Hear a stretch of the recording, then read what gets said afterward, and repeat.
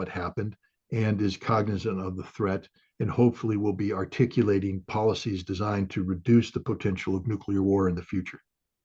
I had gone to a get together in Cherry Valley a couple of weeks ago, and I asked everybody who was sitting at the table what was the most important issue in the 2024 election, how they perceived it. Not one of them said the threat of nuclear war. Not one of them said that. Because they're ignorant. I mean, they're very ignorant. And what I tell people is, don't allow your political passions to manifest itself in national suicide. There's a lot of issues out there that are important. Regardless of where you stand on it, we know that abortion is a very important issue. People are pro, people are against, and they view this as one of the existential issues of this election. And I'm not there to disagree with them, except to say this, that whatever you think is going to happen with abortion policy isn't going to happen if you no longer are alive. That if there's a nuclear war, it doesn't matter. There's people out there that talk about immigration. Some people are in favor of more liberal policies. Some people want to shut the border. I'm not here to tell you which side is right or wrong. It doesn't matter, because whatever you think is going to happen with immigration isn't going to happen if you're dead. You all almost died on Saturday. I don't know what to say here, people. Whatever you think about abortion, immigration, guns, whatever your issue is irrelevant.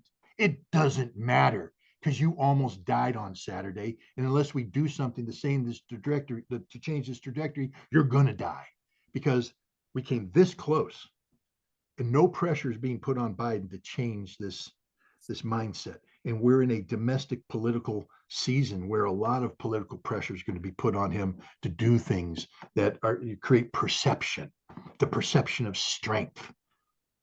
And if he goes down one of these, manly, I'm a tough guy acts, and signs the wrong piece of paper, we all die. We all die. Annie Jacobson wrote a book called Nuclear War, a Scenario.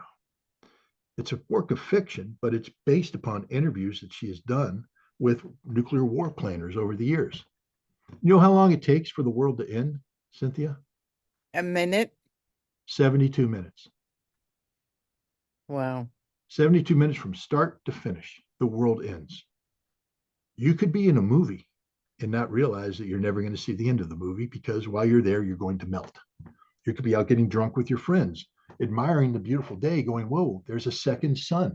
That second sun is actually a nuclear explosion, and you need to pray at that moment that it kills you. Because to survive a nuclear war, as Nikita Khrushchev once famously said, the survivors will envy the dead. There is no surviving a nuclear war. What happens if you live, you just extend the death sentence that you've been given, because you will die of radiation sickness, of starvation, of illness, of thirst.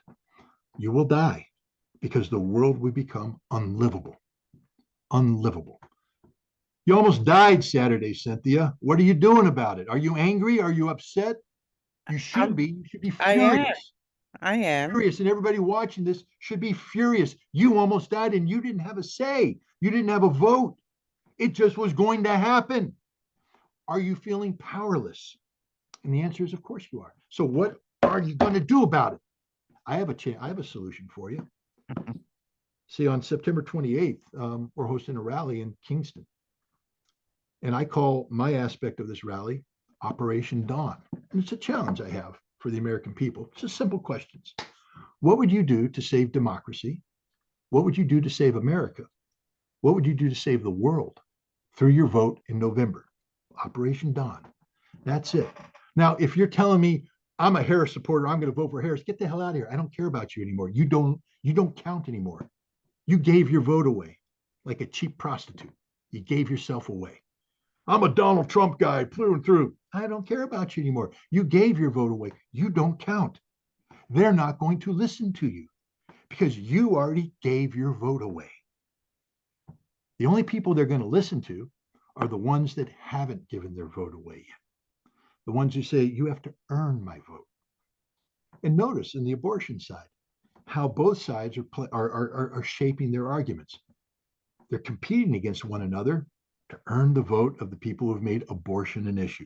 Look at immigration. Both sides are maneuvering to win over the immigration vote, the people that haven't given their vote away yet. But I just told you, if you're an abortion person or an immigration person, it doesn't matter if you're dead, and you almost died on Saturday. Mhm. You're living on borrowed time. So why don't we make preventing nuclear war the existential issue of our time, the only issue that counts?